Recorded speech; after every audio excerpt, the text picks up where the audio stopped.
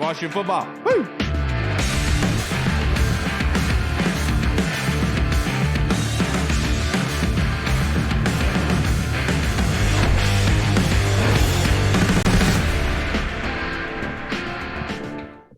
Hello, everybody, and welcome to the Burgundy Zone. I am your host, Kyle, and I'm joined by my two co-hosts, Michael Hall and Michael Reed. The Burgundy Zone is a part of the Frederick Podcast Network. You can find out more by going to www.listenfrederick.com. And rejoining us on this beautiful day is Matthew Parrish from the Washington Times. Thank you so much for blessing us on this cloudless day, Matt. How you doing?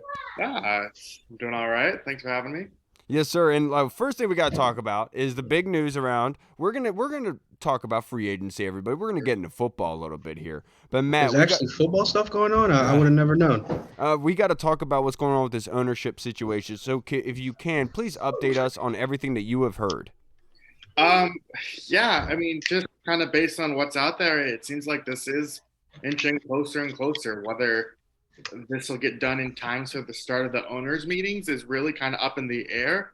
You know, that's been the long target date, but if it doesn't happen by then, you know, I think fans will understand that, you know, they can call a special session to vote on a deal really at any time. Sure, it might be more of a hassle for NFL owners too, but if they don't get it done by March, by late March, like this weekend, then, you know, that sucks, but it's still alive. It's still a possibility that he sells. It's just a question of will they reach an agreement in time for them to vote on it next week. Right. So if any of the stuff that is being put out there in the hello Twitter world, in the Twitter sphere, as OJ Simpson would call it, if any of this is true, and let's say that this past weekend deal got agreed upon, it got signed, whatever it was, is the only thing left the owners have to vote on it? Yeah, I mean, if the deal is done, then yeah, they have to own it. But once they approve it, there's still the formal changing of the hand the keys off to the next owner, and that process itself seems to take a little bit of time. So, you know, it's not like they vote Snyder. Snyder wouldn't leave on Monday or whatever if they agree on Sunday. There's still a little bit of a transition, but you know, the major thing is for the deal to be agreed upon. So there we go. Right. I have confidence we have the votes to get this done, guys. We know about there's been reported that Josh Harris is, I guess you want to call him the leader in the clubhouse. Josh Harris and Mitchell Rawls, and I mean, I guess it just got reported. Mitchell Rails. Rails. What did I say? Rawls. But who's the third guy? Who's this fella? Tell us a little bit. I think it just got reported that Magic Johnson might be coming to the bidding as well. A magician. Wow. Do you think that it's that group is like a lock, or is there like another group out there that might step in at the last minute, or how's that going?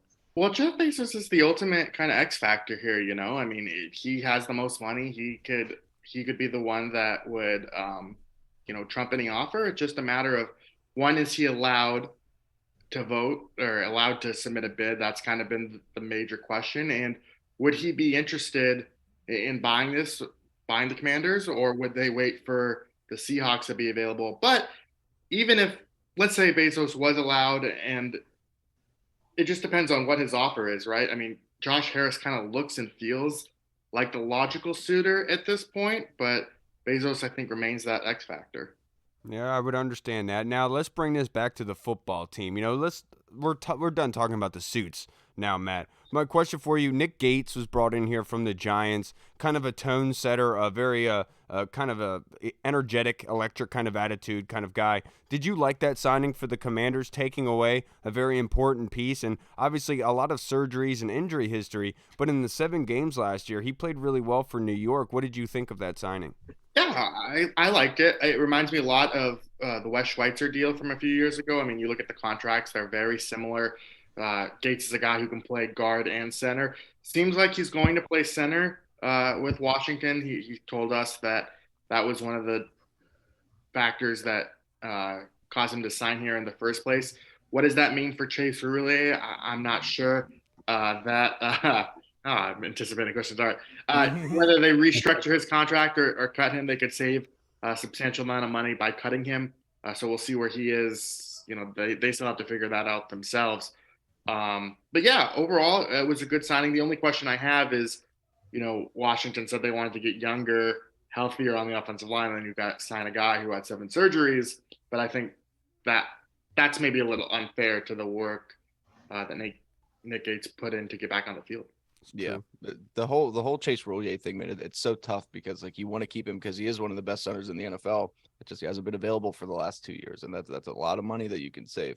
But another position, a lot of people have been putting some smoke out there. I feel like, I mean, there's rumors of us bringing in Austin Eckler. There's rumors of us taking Bijan Robinson in round number 1. Do you see something like this actually happening, or the Commanders seem pretty set at running back, right? They do, but I kind of think they should add something. At least, the logical spot you would look at is, all right, J.D. McKissick was released. Right. Maybe you add a J.D. McKissick type. But, guys, Antonio Gibson filled the J.D. McKissick spot pretty well last year. And so if you could add another pure runner, I mean, yeah, that vibes clashes a little bit with Brian Robinson. You want to see what you have with Robinson there. But if you just look at Brian Robinson's stats, I mean, he averaged, 3.8 yards per carry. You could probably want to do better there. Now, obviously, I think the shooting and everything that happened with Brian Robinson contributed to those numbers, and he worked back to the rest of the season. So I'm still high on Brian Robinson's upside. I just, this is apparently a pretty deep running back draft. If they added another runner, I wouldn't be shocked. I think it makes a lot of sense. I don't necessarily think trading for Austin Eckler and then paying him a new contract makes sense.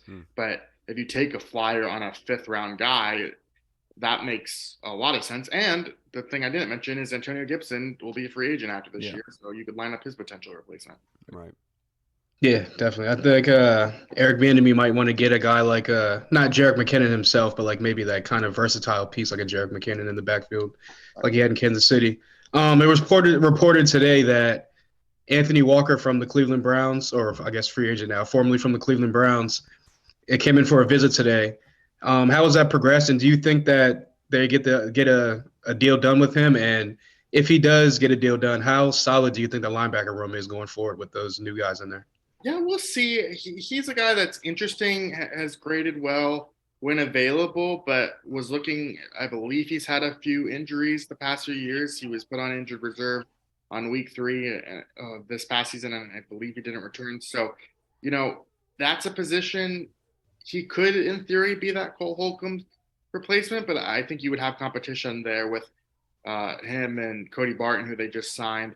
I do think they probably need to draft another linebacker, even if they do sign someone. You want to get younger at that position as well. So, I don't think it'd be the worst signing in the world. It's just, I think for them they're really banking on Jamin Davis's improvement again in year 3 after showing some good progress in year 2.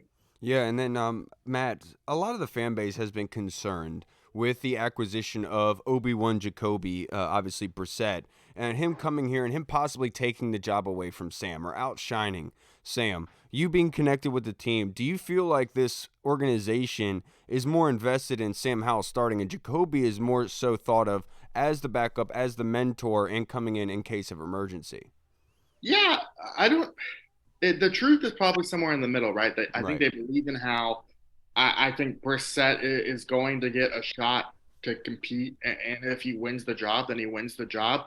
I think for Howell to lose the job itself, I think it would take a lot in training camp. He would have to look pretty disastrous. The question for me with Brissett is how much of a hook is there if Sam Howell starts slow? I mean, Ron Rivera teams have historically started slow, so do they pull the plug like they did on Haskins after the first few weeks? Are there parallels there? But besides that, I mean, I think it makes a lot of sense. The guy is apparently a great teammate, has drawn really high reviews there, has played well. He's coming off a career year. It's just the track record isn't necessarily what you would want it to be in terms of wins and losses, but that's why he was available for $8 million, Washington's solution. They were always going to go for those mid-tier guys, and those mid-tier guys all have pros and cons. Right. So the signing of Andrew Wiley, it kind of crowds up this offensive line almost. Like if he's going to be playing right tackle, that shifts Cosme inside to right guard. They signed Nick Gates. They got Leno, who's already a staple for them at left tackle, apparently, unless they move on from him. But does that kind of take offensive line out of like the first couple of rounds in the draft, do you think? Because like it seems like they almost kind of had their offensive line set. I don't think so. I think you would still need one of the interior spots. I mean, just because they're banking on Sam Cosmi playing guard doesn't mean he's necessarily the best option there. I know That's that true. they would like to see what he can do, but he was in a really weird spot last year where they could have played him more at right guard. There was that weird thumb injury, but even after he was healed from that, I mean, he was rotating reps with Cornelius Lucas, and Cornelius Lucas is still on the roster. He has another year, so he probably moves to that backup swing tackle spot, which is pretty important for them. And then left guard, Andrew Norwell is also on the roster, but who knows? You would probably want to get younger at that spot as well. And, I don't think Sadiq Charles is going to be that guy. So, yeah, I could still see them easily drafting someone. And depending on how, if a tackle falls to them at 16, I mean, hell, I think it would be worth it taking the upside. And then I don't know if you would cut Charles Leno right away because I think Chicago made that mistake, but he would also save $8 million if you were to cut him. Right. Obviously, there's still a couple of waves left of free agency, and you got the draft coming up. You saw Dallas add guys like Brandon Cooks. You saw the Giants add Darren Waller. The Eagles have brought back some of their guys that were up in free agency. Obviously, Washington's not going to close the gap right now because you have to see what Sam Howell actually becomes. But how would you grade their offseasons so far up to date?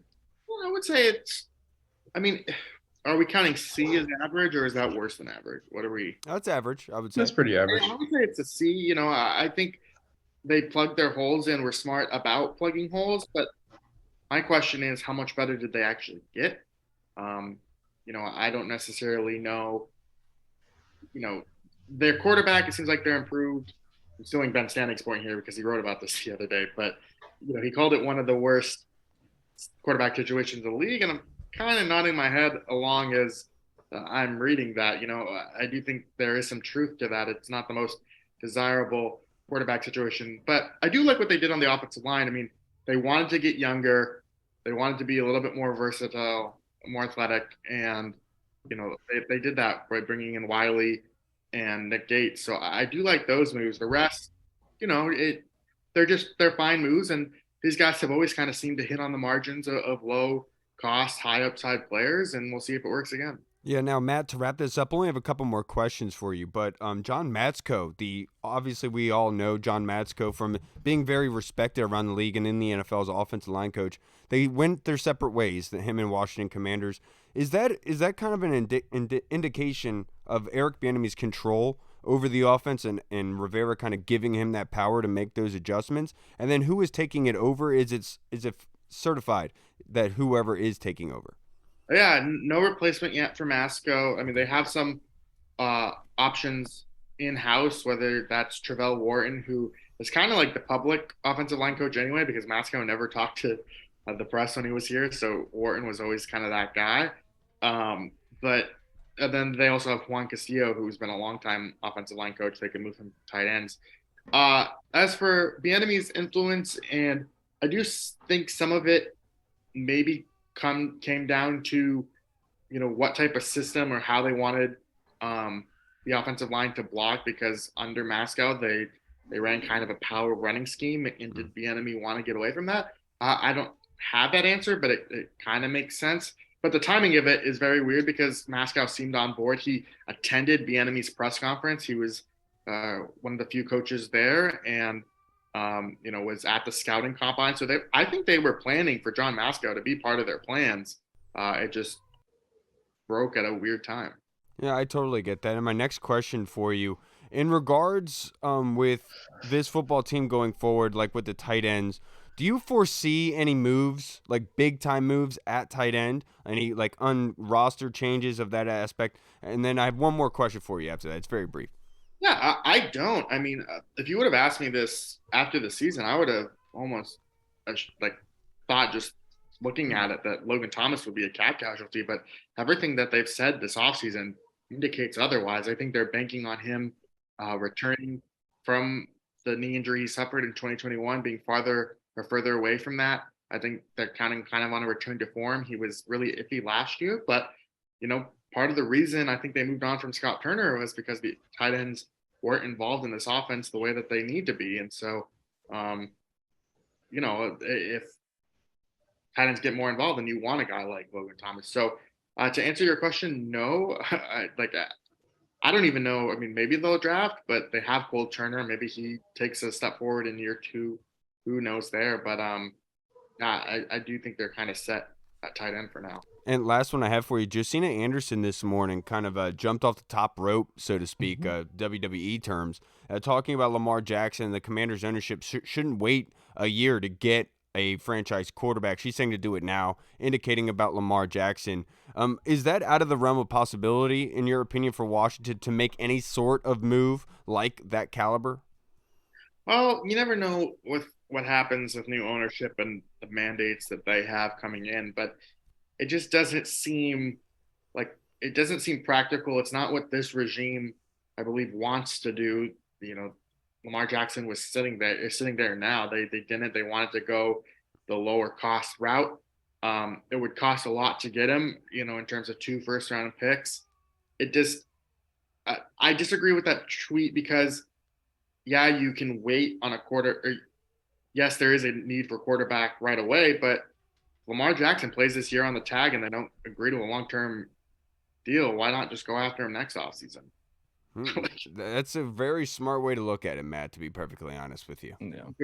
And they could tag him again, sure, but then you could spend 2 first-round picks next year if that's what you wanted to go. But I know this regime right now does not want to go that route, and I don't think a new owner coming into the situation in demanding that, hey, let's go sign Lamar Jackson. I mean, sure, I'm sure there's part of Ron Rivera that would love to have a Lamar Jackson, but I just don't think he wants to build his team that way. Right, and that would be an indication of the Snyder-like moves from before, the Timberland style Dan Snyder moves, where he would just pull everything out just to get a guy here, and we all know that didn't prove to be beneficial.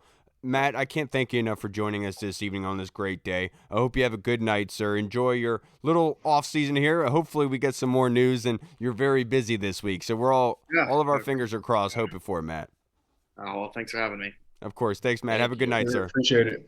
All right, everybody. We spoke with the man, Mr. Matthew Paris of the Washington Times. Yeah. I, for one, would not mind a Timberland Dan type move for Lamar Jackson. I'm just saying. I mean, for that quarterback, I would take it. Yeah, for sure. Yeah, and that's what I think somebody was arguing with, like RG3's tweet, and kind of talking about the whole Lamar Jackson sort of thing. And he was like, "Look, man, like." You cannot just sit here and say it's simply because they don't want to pay Lamar. It's the fact that the guaranteed money, like there's so much that goes into this. Stop dumbing it down. But let's get in. RG3 wishes he was Lamar. He should have been. He looked up to Lamar when he played there. He was like, man, I wish I was like that guy. Yeah, dude, such a fucking disappointment. God damn it, RG3. Why'd you do that to me, man? Hey, but let's we have our prospect breakdown. We haven't done it the past couple shows, but we got our prospect breakdowns for today. And so we have a couple guys. Hall, I'm not sure if you have anyone prepared for tonight, because I know you were very, very busy today. But before Hall and Reed and I do our prospect breakdowns, is there any prospect that you want to talk about, just like that you're intrigued to watch on? Who me? Yeah. Oh, I know, like, the past couple of years, there's been a lot of talk. Obviously, it's been like a heavy wide receiver draft, a deep wide receiver draft, and the wide receivers are ones getting like all the hype. And it seems like this year that's like the complete opposite. And yeah, I think I might do it my next breakdown on a wide receiver. I was hoping you were going to give me somebody substantial. TCU dude. I keep thinking the name of the top of my head. Quinston Johnson. Quinston Johnson, yes. That's what I wanted to probably do mine on. He's a first-round pick. He's good. He's not as good as like the past guys that have come out in the first round, but he is the best quality guy that you have out there. And now for me, mine was submitted through our Discord chat server by our huge supporter of the Commanders, Mr. Tim Towner. Thank you, sir. He submitted in for D. Tim Winters. Is the GOAT. Yeah, D. Winters, a linebacker from TCU who's 6'1", 230 pounds. He's a senior. In 2022, he had 79 tackles, 7.5 sacks, 1 fumble recovery, 1 interception, and 1 touchdown. D. Winters is a very exciting prospect. He's very smart in the way that he attacks the run game. Like, let's say you have like an outside zone toss play, something like that. he immediately knows to hit that outside block to force the running back inside. It's a very natural, instinctual thing for him. So he's very good at being able to cap the running lanes and gaps. And then in the tackling, he's a huge thumper, dude. He comes down and he will hit you. It doesn't even include the fact of what he does in the blitz game. Very good. And he had a sack, the one that I watched coming off of the edge. He was utilized a lot as the Sam and Will linebacker, used predominantly in the slot in that passing zone. Very good hips and feet. I really like this kid. I am intrigued by him. His block shedding at times does seem to not be up to par, but for the most part, dude, this guy is in on almost every single play. You go and watch anybody versus TCU's defense, you'll see number 13 around the ball wherever it is and it falls. I really like D. Winters. I would not mind having him on this team because he brings a kind of tone setting, that fast, that hard-hitting nose kind of guy, and that's what like the NFL, the linebacker is kind of grooming into, that more of the taller, thinner, but hard-hitting and cover a lot of ground guys. And that's somebody like D. Winters. I think that he could really excel in the NFL. Yeah, man, it sounds like it. It sounds like he has a lot of potential, as the kids these days say. I'm gonna do a quarterback that he's kind of been all over the place, like over the last couple months. And like I know PFF is super high on him for some reason. I don't get Not it. Aaron Rodgers. I only watched 3 games, but Tanner McKee, quarterback out of Stanford. And look, just looking at him, the guy looks like he would be an NFL quarterback. I mean, he's 6'6", 231 pounds. He's a white, you know what I'm saying? And I think he was a 4-star recruit coming out of high school last year. So his stats last 2 years, like last year, he threw for 2,947 yards, 13 touchdowns, and 8 interceptions. And then the year before that, he threw for 2,327 yards, 15 touchdowns, and 7 interceptions. And then like over his final 7 games, he had a 3-to-3 touchdown interception ratio. So like, but he's big. Obviously, he's got the size. He's got the arm. There's no doubt about it. He throws a super fast ball with a lot of velocity. It's kind of on a rope right to his targets. You know how in college, a lot of times it's like you're throwing to an open player as opposed to like the NFL, Right. You're trying to throw it into a spot, Right. like into a window. At Stanford, he did have to do that a lot. It seemed like for whatever reason, his wide receivers just weren't separating. I don't know if it was the scheme or what, but he was throwing it through some windows. He definitely made some good throws, but at the same time, I mean, he still didn't have, the most eye-popping stats, but also his athleticism is just nearly non-existent. I don't see him. I don't know how PFF is so high on him. So he's like an Eli and Peyton Manning type. Yeah, except for not that. Well, I meant like athletically. I meant No, yeah, I know what you mean. Like the size. He sounds like another Carson Strong type quarterback.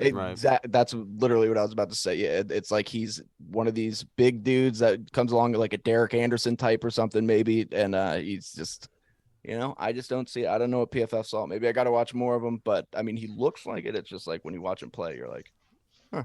Yeah, Okay. I knew Reed had a good night of sleep when he woke up this morning at 6, sending us videos of Caleb Williams to watch. Dude, did Talking you about watch the Brady whole with- Notre Dame highlights? No, I didn't, but I Or not will. highlights, Trust me, we have dude. plenty of time to be able to do that. I will do that. No, this we summer. don't, dude. Time is a ticking. All right, now let's move on to our fan questions. And this first one was submitted on Twitter from Hog on the Mountain. With Sam and JB as his backup, plus Eric Bieniemy running the show, the real EB, what kind of improvement do you expect in our quarterback's room, and what kind of performance do you expect from our offense as a whole? I feel like we are poised to be special, he says. Yeah, I'm hoping that really it's just going to come down to Sam Howell, to be honest with you. Like, I do think obviously we have the weapons on the outside, we have the running backs in the backfield. I think Eric Bieniemy coming here with that quick offense, the screen games and whatnot, I think it's definitely going to, like I said, utilize the weapons. Obviously, his offense has been known, well, Andy Reid's offense, kind of, I guess, his offense as well, has been known to cater to the tight ends as well. So hopefully they get a little bit more involved. They've tried to upgrade the offensive line. We'll see if that hopefully pans out. And with the people they've added and whatnot, kind of the rotations and changes they're going to make, hopefully that pans out. But at the end of the day, it's a quarterback league, and it's going to come down to Sam Howell. And if Sam Howell is at least average at best, I think that this offense it'll be a whole 180 of what we've seen from this offense over the past couple of years if Sam Howell's average at best. So, yeah, I definitely think that it has the potential to be special, but it just really comes down to Sam Howell. Yeah, what kind of improvement do I expect in our quarterbacks room? I expect Sam Howell to improve in developing cornrows. I expect him in being able to come out and rap Tupac and all that other stuff, being able to do that with No, Diamond Brown. no. He's not gonna rap Tupac. No way. No? He's a You think Southern More boy, probably man. he's what No. seems like a future guy. I feel Yeah, like. no, Yeah. he's You're Southern absolutely boy. right about that. No, but I'm seriously sure he though, could do every Ti verse ever though. That would be sick. Ti. What you know no, about he's that, no. baby? You know, Sam Howell's a huge Macklemore fan. Huge Macklemore Oh guy. That's God. the GOAT right there. No, Yeah. but Yeah, so I think we might need a new quarterback now. Yeah, if he's a Macklemore fan. but Ew. to be perfectly honest, I do, and to be serious about it, I do think there's going to be improvement in the quarterback room in the communication between running back and quarterback. And I think there's going to be a lot of the gelling in that aspect of them being able to hit their checkdowns on time and in rhythm. Because I feel like Eric Bieniemy is going to be able to get that through them because of that connection with running back. And then what kind of performance do you expect from our offense as a whole? I think our offense is going to take a massive step forward, massive. And I asked you, Hog on the Mountain, if you're a fan of the movie, the series Band of Brothers. And the reason I say this, when they attack the village of Foy, they first go in with Lieutenant Dyke, and Lieutenant Dyke is in there. What's his name? Lieutenant Dyke, Dyke. Sick. Yeah, that's how you spell the other one. Yeah, I know. But he goes and basically he loses his Lieutenant marbles. Lesbo. He gets shot and stuff, and so he loses his marbles a little bit. And so they take out Lieutenant Dyke and they force in Lieutenant Spears, who's very hard nosed, and he runs through enemy fire type of thing. That's what I think happened with Scott Turner and now with Eric Bieniemy. Whereas Scott Turner was more Scott timid, Turner's the Dyke. more right? timid. He's very, very concerned about things much more. Where Eric Bieniemy is much more of, I don't care about what's on the other side of this brick wall. I'm running through it because that's what I need to do. And that's why I think they're very two polar opposites. And that kind of identity on offense is something that has been missing since Trent Williams left. And that's something that needs to be brought back, that tenacity, that nastiness of Lieutenant Spears that Eric Bieniemy brings. And so I think that there's going to be a massive improvement in confidence and just vibe and work ethic in the entire offense. I think that we are going to go back to the Hog days where we are going to just try to throw people's faces into the earth and beat them as far down as we can. Yeah, that would be sick. I love violence. All about violence, dude. I love it. And Wow. yeah, no, just I mean, kind of to piggyback, I'll just be real fast because you guys basically touched on everything. But I'll just start. I do think like Sam Howell, obviously everything kind of depends on him. We know that Bieniemy, like say what you will, I know he was with Andy Reid. Those guys usually have success calling plays outside of Andy Reid and Eric Bieniemy. There's a reason why he was constantly up for head coaching gigs. There's a reason why a lot of his former players were like, dude, this guy's legit. This guy's good. He's a very good coach. Sam Howell has all the tools that somebody like Eric Bieniemy especially could really use. He's mobile. He's good in the pocket. He stands tall. I know he's a little bit shorter, but it doesn't really matter, not in today's NFL. He's got a strong arm. He throws a beautiful ball. He's really everything that you want is there. It's just, can you mold this guy and make him into it? And we'll see. We'll see what Eric Bieniemy's all about, baby. And I hope so. Now, this next question, this is from Steve Fox on Twitter. Will we draft O-line at 16? No,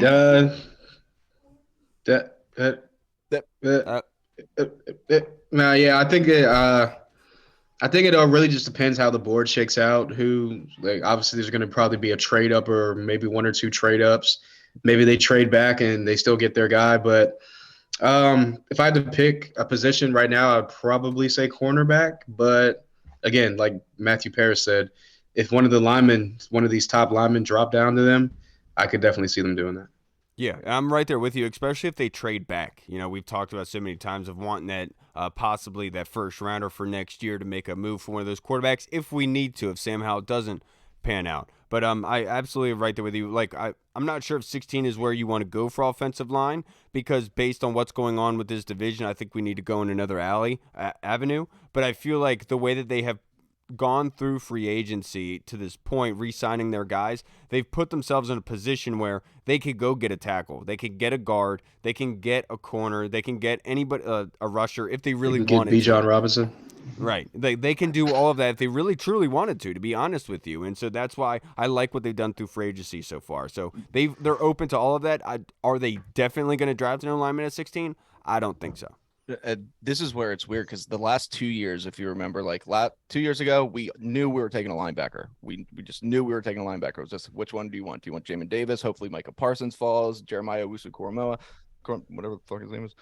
Then last year, it was wide receiver. We all knew we were taking a wide receiver. Everybody knew that. And this year, though, it's kind of like, what do you do? Because the tackle situation after signing Andrew Wiley, if he's going to play tackle, like you would ideally get a guard or a center, especially if Roulier is going to be gone.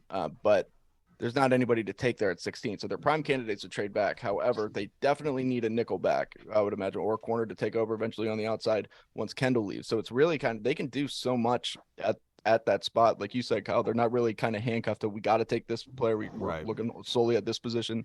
So they have options. I mean, I've heard people talk about taking a tight end. I wouldn't want to take a tight end that early, but hey, I mean, if they think somebody's the next Travis Kelce, go right ahead. I'll be all for that. You know what I'm saying? Yeah, and Reed, I might need your help with this one. If you could pull up your computer, we're going to need 4 separate tabs. From Scott Hartley in the UK. Oi! His question is a bit of homework question this week, guys. I want you all to look back at our previous 4 draft classes and give me your best and worst pick, but you can't use 7th rounders.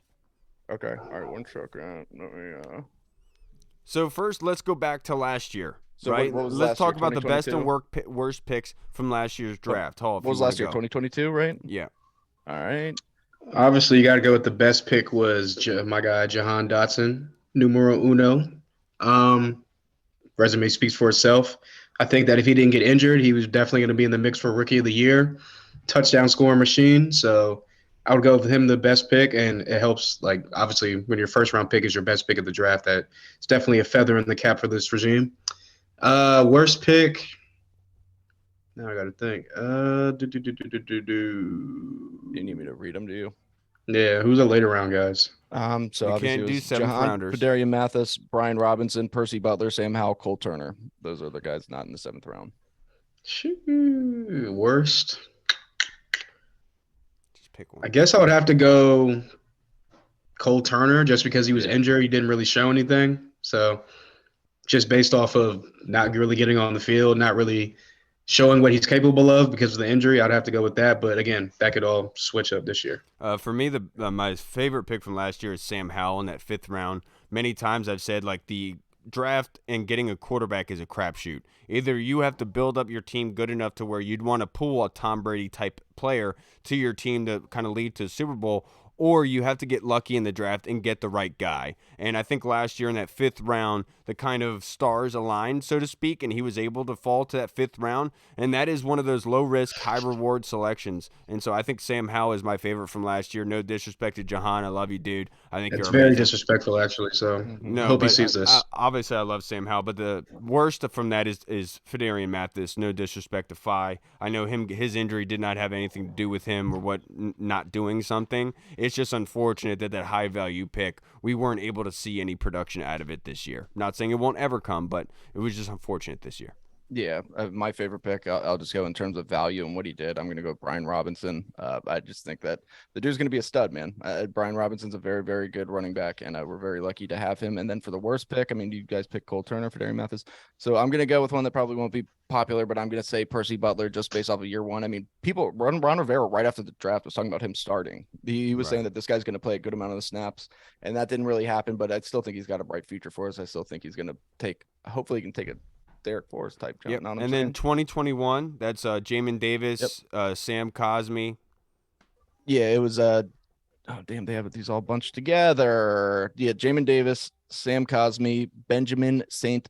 Juice, my buddy, De'Ami Brown, John Bates, Derek Forrest.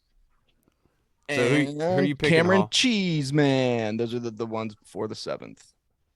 Favorite pick in that draft, I gotta go with the boy Defoe, Derek Forrest, and that's only because he blocked Mark Tyler on Twitter. Nah, but shout out to his family for that. Yeah, nah, I mean, obviously, he like I was said, so confused. What did I know. What happened? What is this? Because he's stupid. How many times do I have to say it? Somebody who capitalizes every 3rd word is dumb to get emphasis across. Okay, and I'm stupid. Sorry. I'm basically borderline. Oh, Downs. keep going. Yeah, my favorite pick is Forrest. I think him and Curl hopefully going to be the safety tandem back there for many, many years to come. No peanut butter for Fido tonight. Oh, bullshit. Dude, he's getting all of it. Whole jar. He's getting everything. Worst, least, favorite, worst, whatever you want to call it, define it as. No offense, but I just got to say Cheeseman just because, I mean. It's because he's white, isn't it? I knew that was coming. I was going to say because he has cheese and I don't like cheese, but. Nah, but I mean, I don't know. He's just a long snapper. I mean. I know. I mean, and they traded up for it, Hall, which would go to your point. Exactly. There you go. Exactly. Is that a good one for you? I think he's a Michigan guy, so I hate to say that, but yeah, I get it. But yeah, it's the mustache probably. You just don't vibe with. And Hall the last doesn't name, like. I like probably. Tressway though. Tressway like boosts his points though, so like them together, That's true. he's cool. Yeah. For me, my favorite pick of that draft.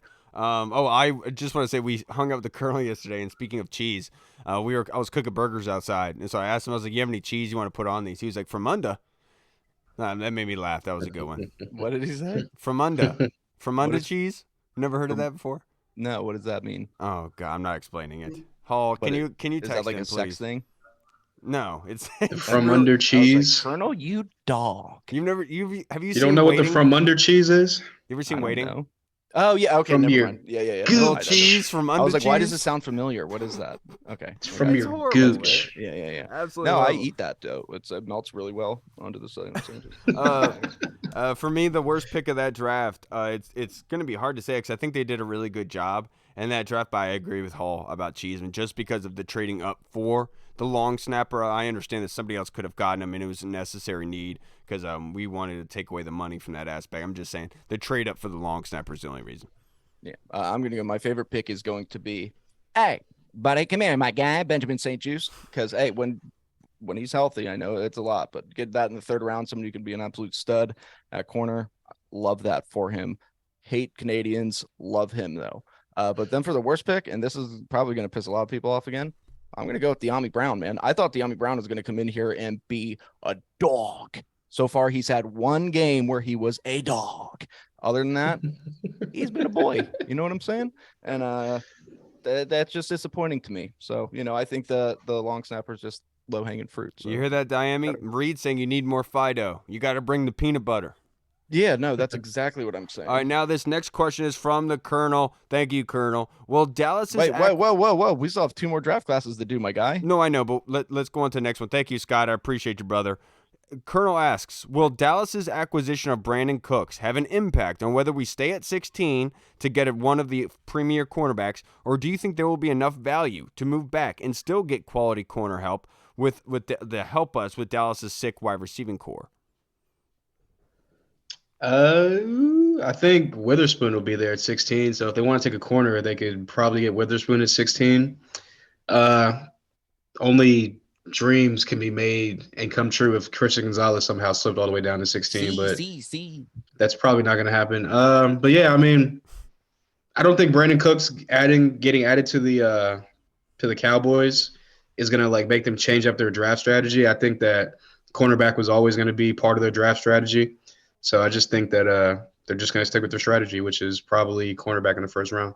To your point, Colonel, this is a very good cornerback class. You can get some very good cover corners in the second, third round. It's very heavy in the depth aspect of it. So I can understand your point in saying, do we need to get the premier guy at 16, or can we wait to get another guy that's going to be not the same level, but near up to par that can make serviceable and be productive in his first year? And I think that they can. That being said, it's Christian Gonzalez at 16, in my personal opinion. Not sure what's going to go on with Devin Witherspoon and Joey Porter. I've seen somebody say, I think it was Ben Fennell, who said, there's only been like 5 cornerbacks that have been under 180 pounds that have been drafted in the first round since 2005.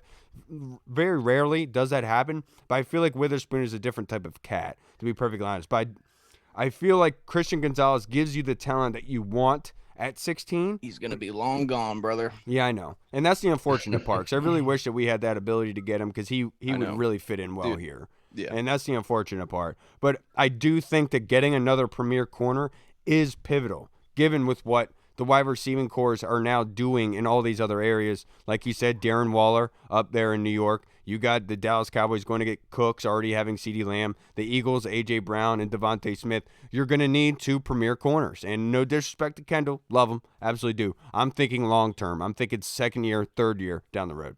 Yeah, and not only that, I mean, just this year, immediately a big need is going to be replacing Bobby McCain and those guys inside. So, I mean, somebody like Devin Witherspoon, that's why I like Witherspoon, because Witherspoon can play inside. But like ideally, you would want somebody like Christian Gonzalez. Unfortunately, he's not going to be there. But yeah, I mean, look, and I'm not the biggest proponent of this, but if he's the best person that's there, I mean, I could see them going after a Brian Branch because that's his specialty. That's what he does. That's what we need, man. That's what we need, and so I'd be all right with that. But I'm kind of leaning towards Witherspoon as the smoke's starting to get a little more clear. Yeah, even guys like Sidney Brown from Illinois, who could easily slot in as the nickelback, because somebody in the second or third round. To your point, Colonel, day 2, you can get a lot of good guys still. To the Colonel's point about the question, basically saying, where is the value there? And I think that is a very good discussion to have. If you can get one of the top 3 corners, do it. If not, you can be fine taking somebody on day 2 because there's a lot of good corners in this draft. Right. And now this next question from the Colonel read. Please describe our discussion about Bijan Robinson at 16 and how we could potentially acquire an additional first-round draft pick if a team wants to jump in front of Dallas. That was a super thought-provoking suggestion about how we could get an additional first-round pick. And what he's referencing to is when we were talking yesterday, he was asking if I thought that this regime would go down the path of drafting Bijan Robinson at 16. And my rationale to him was, this is also the same regime that drafted Christian McCaffrey in the top 10. Like, so it's not out of the realm of possibility that they would see that kind of talent and say, we have to go get it, right? Like, that could be productive. But in the same sense, that could also be a positive for you if somebody wants to leapfrog Dallas to get Bijan Robinson to come to 16. And maybe that gets our first-round pick for next season. So I wanted to know what you guys feel about Bijan Robinson at 16. It won't net us a first-round pick next year. I mean, if you just look at the way that we traded last year, I mean, we got, a third-round pick. Well, that was from 11 back. To yeah, that was 16. From 11 to 16. That's 5 picks, and then to go from 16 to whatever, it's even less because the draft chart value goes down and down and down. But that would be ideal. But the Bijan Robinson thing, I still don't get. Like, I understand, like, if you think a player's that good and you can affect your offense, we've seen running backs in the past have a huge effect early on in their careers on offenses, then yeah, I mean, I guess you can take them. But we have a couple other needs that I just think are more pressing and could make this team better all around. But I mean, you gotta like the idea of Bijan Robinson in there with fucking splitting carries with Brian Robinson and then Antonio Gibson playing a different role. I mean, that's got to get you excited. But I just don't see it. I just don't. Yeah, the only reason I keep talking about the first rounder is because Pro Football Network continuously is always offering me somebody's next year's first round pick. That's why I'm like, those draft. Well, that's what I'm saying but it's not out of the realm of possibility. It has happened before. It's just if somebody is willing to want if they want somebody bad enough, but usually that's for a quarterback. Yeah, usually is, and very rarely is in this sort of situation. But like with the Bijan Robinson thing, I understand the thought process going into it, but I would really be disappointed given that I do feel like Isaiah Pacheco and others have shown you how you could get productivity in that sense, and you don't need to use that first rounder. But that being said, if you could go back to that Christian McCaffrey draft, and how many teams would be saying I would have drafted Christian McCaffrey if I would have known the kind of path he was going to take, you know what I mean? So great looking guy too, Christian McCaffrey. Yeah. So with that being said, Niners are loaded with hot dudes. I don't want to go down that path of with the running back at 16. I want to build up the offensive line. So that is one of my biggest concerns right now is health and having enough depth to be productive for 17 games. Yeah, like you said, you can find running, like obviously Bijan Robinson is probably the most talented, if not one of the most talented guys in the draft. Could end up being the best player coming out of this draft when it's all said and done. It's like down the road, but like unfortunately the value of like the running back has gone down, and like you said, you see a guy like Isaiah Pacheco, who the Chiefs got in the 7th round, is become a starter for them. And a guy like Clyde Edwards-Helaire, who they drafted in the 1st round, is kind of like the afterthought now. So I just think that, like you said, Bijan Robinson in this offense with the weapons on the outside and them running maybe like a RPO type offense, I think would definitely be scary, and it would put our offense like top 15, top 10, I think, if Sam Howell is actually like legit. But at the same time, like I said, you can find guys like that in the 7th round, 5th round, other rounds than the 1st round. And when you have other pressing needs, like maybe corner, maybe more offensive line depth and whatnot, I think that drafting a guy like Bijan Robinson would be not a very smart move at 16. But I would definitely like to trade back with a team that wants to jump in front of Dallas or something like that. Maybe get a 2nd round pick for him in 2024 or in this year's draft. But yeah, Bijan Robinson at 16, although would definitely help the offense and make them more explosive. Nah. Yeah, I got it. Now this next question is from Orange Crush 92 in the Discord chat server. Reed, I have a couple questions for the pod. I know he's considered a jack of all trades quarterback, but what does Jacoby Brissett truly excel at in regards to being a passer? How can Jacoby Brissett help Sam Howell be the best quarterback he can be? Help! Jacoby Brissett is very good at processing information and reading defenses. It seems like he's usually a majority of the time he's going the right place with the ball. He's usually very careful. He's had a couple good seasons, maybe like 2 really good seasons actually. I mean, where his touchdown to interception ratio was actually pretty good. So I mean, I haven't watched a whole bunch on him really in the last couple of years. I mean, obviously I know who he is, and he's probably going to be boring, I would imagine, to a lot of fans. But Jacoby Brissett, he's solid. He's just a smart, solid, all-around veteran quarterback, and I think that'll help Sam Howell a lot. Just having somebody like that can kind of just show him the ropes and show him to be careful and show him all these things that you want your franchise quarterback to be. And one thing I noticed with Jacoby over the years is that these New England quarterbacks, they're very good with the play action fake and showing the ball to the defense, making it long so the linebackers are looking at it, jumping up, and then taking the ball away. At times last year, I didn't feel like Taylor really was good in that acting sort of job. And I feel like Jacoby Brissett, that's one of those detailed nuances that he could get across to Sam Howell. Because Peyton Manning, that's one of the things that he would always harp on and practice on, is literally that handoff and just faking out linebackers with that football. And then the other aspect of it is getting the play calls out on time, getting the offense in position. Brissett's going to come in knowing with all that knowledge. Like, Brissett hardly is going to be on the field.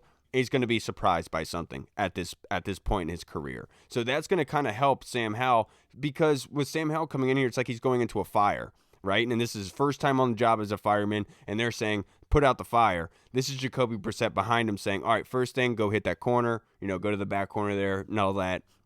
So I really like that Jacoby Brissett is here, because he is somebody who can speak the nuances to a quarterback. And given his experience of where he's been and how many teams he's been with, I feel like that's very valuable information. And the stability cannot be understated. That stability is something that we need, and not only from just a play and availability aspect, but as from a passer. Because even with Alex Smith, we still didn't have that stability as a passer. And I think Jacoby Brissett does bring that. And hopefully that rubs off on Sam Howell. I wouldn't rub off on Sam Howell. Yeah, you do. Yeah, I think that he's a smart guy. He's a guy that's been in multiple offenses throughout his career. So he can. It seems like he can easily pick up a new offense and a playbook. And so he can definitely, if Sam Howell has questions, he can help Sam Howell out with the playbook. He's a fairly accurate guy, a passer when it comes to like on the field play. He's a big kind of like tall guy in the pocket, hard to bring down. So if it's like 4th and short, the goal line, obviously the team has been atrocious in the red zone and in short yardage. So I got like Jacoby Brissett come in and push the pile. He's kind of like tall and long. He can jump over the pile, stretch the ball out. So I think he definitely brings a lot of attributes to this team. And he's a pro's pro. He's everyone talks about how good of a guy he is. He's a guy that's like you said, not going to be one of those guys that's like, oh, I'm here to win the job. I don't want to be his mentor. I'm not here to be a teacher type of guy. He's going to help Sam out. Right. He's going to, just be like a good guy in the locker room. And, I think that it's definitely an upgrade to the quarterback room. Yeah, and apparently Jacoby Brissett and Anthony Walker are best friends. And so that would help a lot with that. And speaking of Anthony Walker, he's 6'1", 235 pounds, and he's 27 years old. Throughout his career, he's played in 6 seasons. He's appeared in 73 games in 6 seasons. He played in 3 games in 2022, 13 and 21, 16 and 20, 16 and 19. And so the other ones are 10 and 15. So roughly he's playing about 75% of the games that he has been in his career. So I know that the injury history is a concern, but it isn't like that's all his entire career, right? Like this is only a small outlier. And yes, that could be a trend, but maybe not. Maybe that's the information that they're getting. So I'm really happy that Anthony Walker be added here from a depth perspective. And I think it brings into the question who wins the job. But I feel like adding Cody Barton, adding Anthony Walker is absolutely huge into this equation. Now, this next question is from Big Tony Shivers. Reed, what do you think of the offseason moves this far for the rest of the NFC East? I wish Dallas would have kept Zeke and continued to force feed him carries, even though Pollard has played better. LOL. Yeah, I wanted Zeke to keep going as well, and I also wanted Daron Payne or Jonathan Allen to punch him in the mouth every time he did that stupid cereal thing. Like, you look like an Ewok and you're eating out of a big bowl of cereal. Cool, Zeke, and you're wearing a belly shirt. Awesome. I like what the honestly, I thought you'd like that out of all people. Yeah, but he sucked. I don't like him though. You're not my type. The Cowboys picking up Brandon Cooks is a sneaky. That's pretty good. I mean, when he's healthy, he's a field stretcher. He's good. I mean, that's good for them. They're still gonna, finish 500 and flame out. But the Giants getting Darren Waller is huge. The only issue is they don't have a competent quarterback who can get him the ball because their quarterback is literally dumb. Stupid dumb. Daniel Jones, he's a dumb guy, not the most brightest, even though he went to Duke. He still just has dumb face. So go ahead. Pay that man as much as you're paying him. Yeah, no, I do think so. The way that I'm looking, I do think the NFC is wide open. And I know that a lot of people think that's stupid to say way too early, but the Eagles are losing some of their defensive starters, and this is a game of inches. And in the game of inches, accumulating over 17 games, that proves to be a lot. And I think that they have taken a step back. We could talk about them still having Jalen Hurts, and I obviously agree with he's a fantastic quarterback. But that being said, the circumstances are going to be different this time around when they got to pay him a whole bunch of money and they don't have everyone returning. But that being said, I think the Giants have taken a step. They lost today John Felicino, the one center, that the starting center. He's now gone to the Bills. They lost Nick Gates to us. So they themselves are losing a game of inches, having to pay Daniel Jones and Saquon Barkley. Yes, they have gotten better with Darren Waller, but in other areas they're taking a step back. And along with the Cowboys, I've always said this. I think the Cowboys are going to not be as good this year, even though the NFC East was very, very good. But Micah Parsons has not had a long-standing injury. And in the NFL is inevitable. I'm not hoping for it. I'm not wishing for it. I'm just saying it's inevitable. And when it happens, there's going to be a lot to be said about what's going down there because he masks a lot of those issues. So to be perfectly honest, I think Washington's the only team that got better.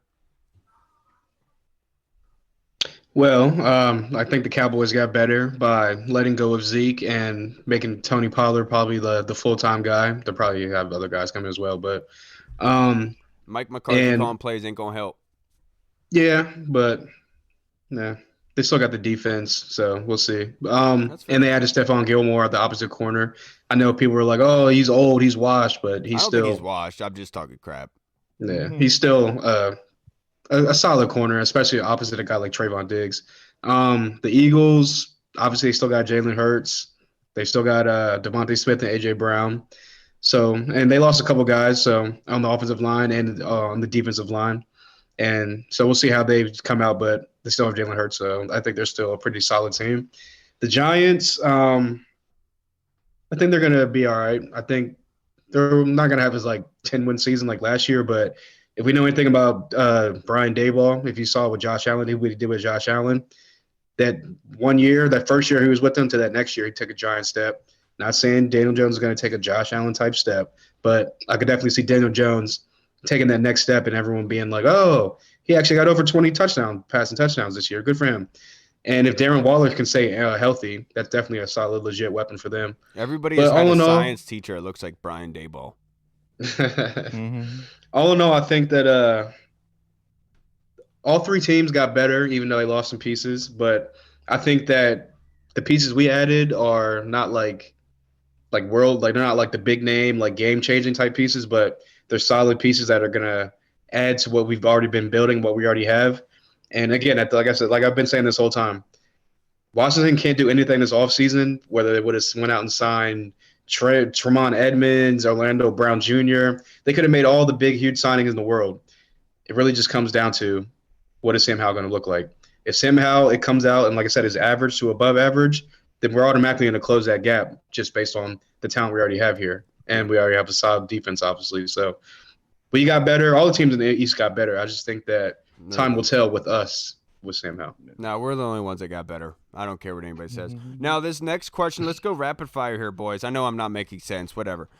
Cap Spacer 20. This from Tim Towner in the Discord. Thank you, Tim. Cap Spacer 2024 looks very good right now, and within reason, there seems to be room to sign both Sweat and Curl to long-term deals. If they wait till the last minute, they will only be able to tag one. Who do you think will sign first, Reed? Ooh, that's a good one. I mean, look, they've already got 2 big contracts on the defensive line right now. And I would, unless Percy Butler something comes up and like really, really emerges with Derek Forrest, then I think you got to. I think regardless it should be Curl, because I think Curl is so important to this defense. If I'm being completely honest with myself, but yeah, I'm gonna go with Curl. I think so. I mean, that's just off the top of my head. Yeah, and just looking at the depth at each position, right? They let go Bobby McCain, who was kind of that free / slot corner. They have Percy Butler, they have Jeremy Reeves, they have Derek Forrest and company. But there's more options at defensive end, right? They re-signed F.A. Obata, right? They have Chase Young on the other side. They have, I think Casey Tuhill is still out and about. But Shaka Tony, there's some that have good production. So that being, I think Cam Curl is the one, just because there's not much behind it and what he is asked to do. It's hard to be able to explain it because of the stats, because of everything. But he is the glue of the defense. He is the hard hat worker. He's the one that does all the nasty work that nobody gets credit for on the defense, and it helps everybody out. I guarantee you there's guys in that room who are on that defense who know that Cam Curl makes their job easier, and that's all I care about, and that's what most likely is what they're going to be tagging or signing first. Yeah, I would go Cam Curl as well. I think that they would obviously hopefully get a long-term deal with Cam and franchise Montez. I want both of them to get paid because I think I like both of them. But if I had to pick one, I'd say Cam Curl. And obviously we've seen the numbers, we've seen the defense, what it looks like with Cam Curl on the field, without him on the field. I don't have the numbers in front of me with Montez on the field and off the field, like due to injury and whatnot. But I'm just going to go out on a limb and say that the numbers are a little less drastic than what Cam Curl, with the difference with him. And at the end of the day, the safety market hasn't really boomed and exploded like people thought it was going to be.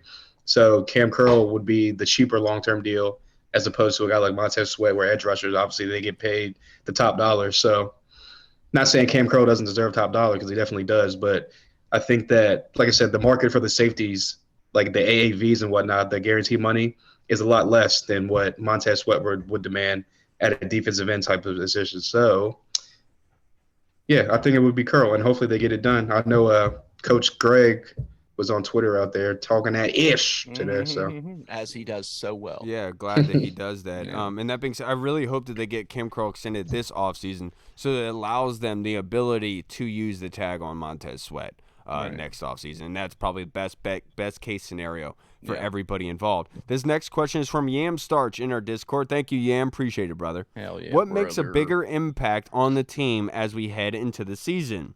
The team filling these exit gaps and continuing to do so, i.e. Brissett replacing Heineke and Cody Barton replacing Holcomb, or the team retaining guys or drafting / signing more guys for pure depth and not necessarily starting positions like Obata and Larson. what was it? Which one was more important, you said? Basically, what's more important of them, like replacing kind of like Heineke leaving, or what's more, or them replacing Larson and keeping guys like that for depth reasons? I would say it's a good question. I'd probably say retaining their guys, just because we've had injuries throughout, obviously throughout the offensive line. So the more guys you can have and bring in, the more guys you can retain. Obviously the team was 6-0 with Tyler Larson on the field, start at center. Just saying, that's a good guy to bring back. So yeah, I think that it was more important to bring back the depth guys as opposed to re-sign, or as opposed to drafting guys and whatnot, because obviously you don't know what a draftee is going to look like coming into your system and adapting to the NFL, as opposed to the guys that you've already had in the building. You know what they're going to bring to the table. You know how they are in the locker room.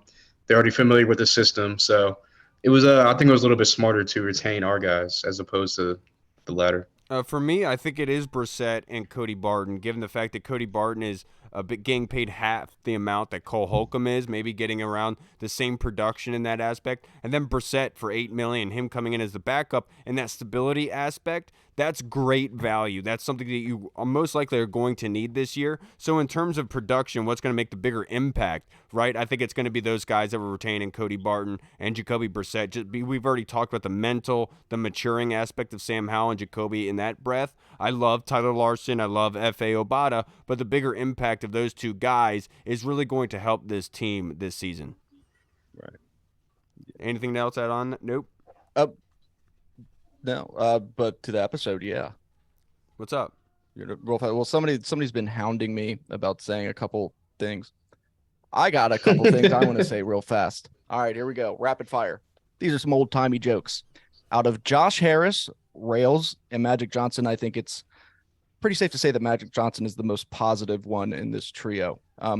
If I ever run into Magic at a game, I'm going to say, "How do you do, Magic?" And I really hope he says, "How would I know, sir? I'm a basketball player." How do you do, Magic? How do you do? I get it now. I was like, what? Come on, keep up. I'm over here laughing by myself just because the first joke was so messed up. These are old-timey jokes. If Magic is part owner, he is going to ban the Taylor Swift song Bad Blood from being played at home games on account of his bad blood. Magic has lasted like 3 decades with HIV, but couldn't last 1 full year with LeBron James, which just goes on to prove that age-old saying is true, that LeBron James is literally worse than AIDS. From this point forward, every Magic Johnson press conference will be only video with no audio, or as I like to call it, visual aids. Hey, Magic, if you have time, why don't you buy the basketball team next? Because those Wizards could sure use some magic, okay? I heard that to seal the deal, Dan Snyder asked Magic Johnson to give him a high five, to which a shocked Josh Harris chimed in and said, "It's pronounced HIV because of the Roman numeral."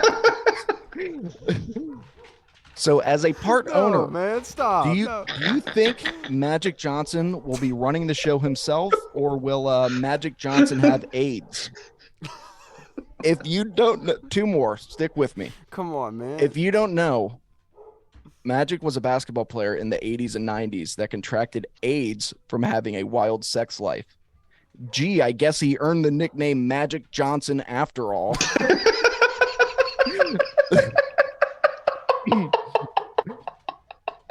Did you know Magic Johnson helped Jerry Jones with his finances? This is true. I need you guys to listen to this one. This is true. Magic Johnson helped Jerry Jones with his finances by sending his top people to work for Jerry Jones. So technically, I guess you could say that Magic Johnson gave Jerry Jones AIDS. And that's a fact. That's printed. That's true. Man, that's awesome. But that was horrible to say. I'm sorry, Magic. Johnson. I'm That Magic this Johnson isn't a joke was Get out of funny. here, you mangy mutt. Come on. Sexually transmitted This isn't that kind of diseases show. are not funny. They are not funny unless they're on. I'm so sorry about that. STDs are not funny unless they're on Reed's face. But that being said, all right, everybody, that's gonna wrap us up. I don't for this support episode. that at all. I'm I so love sorry AIDS. to Magic Johnson. I love AIDS. All right, everybody, I'm Kyle. Oh my. Oh man. I stand with Magic Johnson. I think that he should be allowed to be a part owner. Me too. Still. Me too. All right, everybody. We'll see you guys on Thursday. Washington football. Woo! Hey, what's up, everybody? It's Kyle. I just wanted to say thank you so much for watching. And if you liked what you saw, make sure you hit the subscribe button and the notification bell. That way you get notified when anything new is uploaded to the channel. Also, we just launched the BurgundyZone.com. You can go there and find all of our latest news, articles, and the latest episodes that are uploaded. Again, we also have the Discord chat server, where all of our VIP folks are in, like Andy Burrows, Scott Hartley, Sergio Martin is in there as well. Don't miss out on the Discord chat server. Go and check that out. Until next time, everybody, Washington football. Woo!